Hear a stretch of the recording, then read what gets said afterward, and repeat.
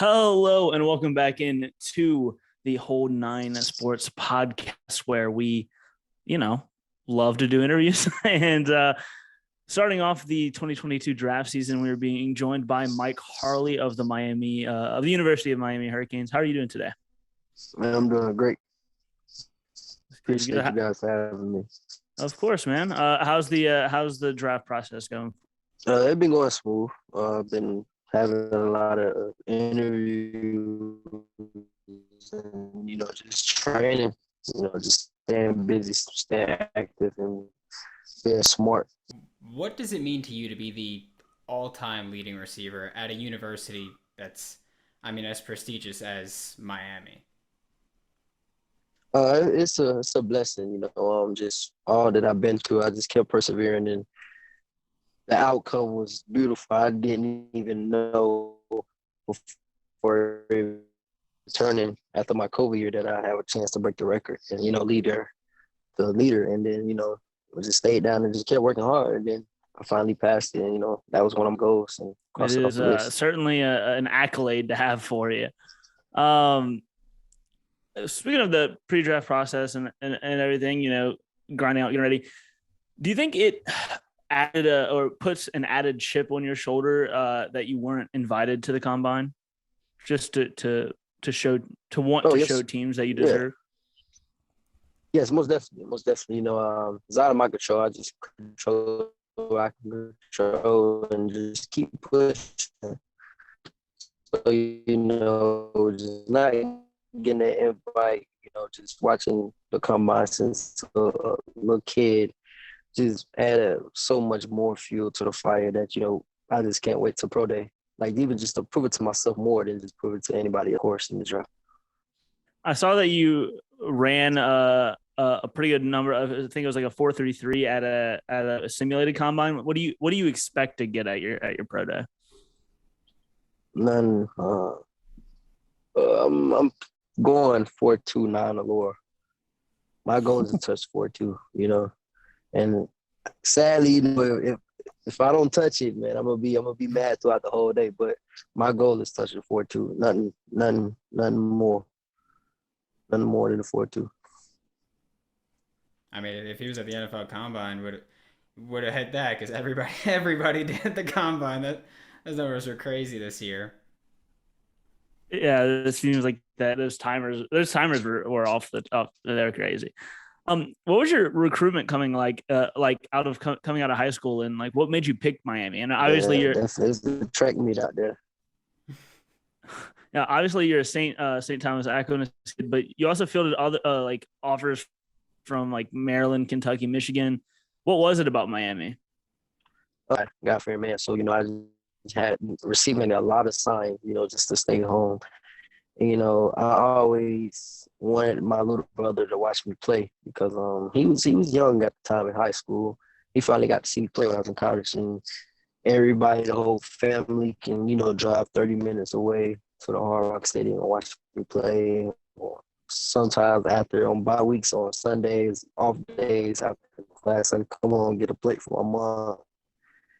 So basically staying home was for my family definitely played a major role. Yeah. How would you describe your skill set to an NFL team? Just one hard working, versatile dude, they can play in the outside, wide out, anywhere on special teams. Just really that right. And yeah, so you get out of it. Are there any specific NFL players that you kind of try to model your game after? Oh yeah, for sure. My favorite receiver is Stephon Diggs. I just watch him all the time. I train with him in off season a lot. And I say, Stephon Diggs, a little bit of Steve Smith back in the day. Just his aggressive and, the way he played big for his size. And then just like the new school, you got your Justin Jefferson, very versatile, can line anywhere. So I say that top three right there. So we know you've been speaking to NFL teams. I know you spoke to the Saints, which is my favorite team. I wouldn't mind that addition. We could use the help. How have those meetings gone? What kind of feel do you get from the NFL?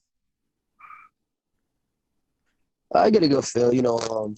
They come, they come at you, just asking questions. You know what I'm saying? Just be more professional about all the questions. And they see if you have a lot of special team film for me, and I'm like, yeah, I have a lot of that show. They ask, what's my favorite position to play, favorite plays to run, and just to basically get to know you and things like that. And my play on the field talk more for me. Speaking of on the field, do you have a favorite on the field moment from your time at Miami? Ooh, yeah, I have a couple. Yeah, I can say for sure, for sure. I say my last game in the Hard Rock as it came my senior night.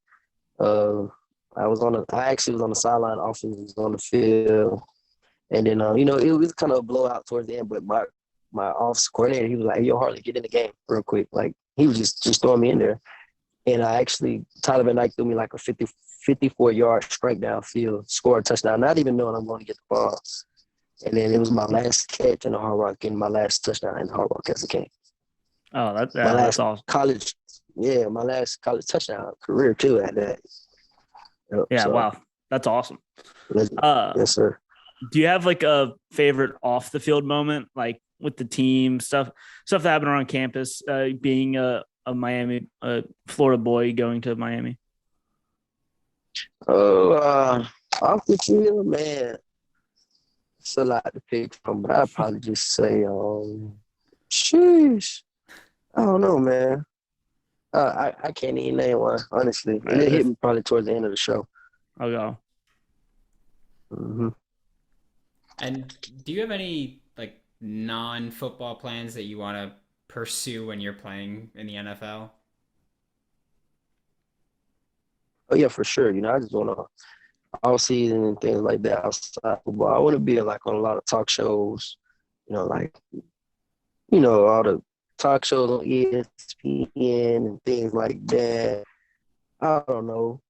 I want to be a professional fisher, all type of things. I love fishing and things on the outside. I don't know. I don't know. I'm really a family-oriented guy, so anything outside of football, I'm going to be with the family for sure. So, yeah. Do you have a favorite catch that you've ever had, like fishing? That's awesome. Yeah, man. Yeah, actually, it was it was me just putting a piece of bread on the pole. Like, me and my dad would fish with worms, fresh water and things like that. And I was just, we ran out of worms, so I just put a little piece of bread on there. I just threw the pole out there and just sat. But this whole time, while we cleaning up around the area, was fishing, packing the truck up, I left my pole there for a reason. I don't even know why. The next thing you know, I'm pulling the pole, man. I probably caught a bass about 5 feet, like, long, and it was big, just for a piece of bread. So I was just like, and the crazy part about it, I didn't catch nothing all day. So that was just showing me like, just patience, never give up. So I took you around with that one. That's awesome. Well, we always ask this. I always ask this. Are you familiar with Mike Leets for the NFL? Yeah. I heard about that. Yeah, so it's basically where you put a charity or a foundation or something on your cleats for a game and spread awareness. If you were going into the NFL today, which you will be in a couple months, but what would your cause be on your cleats?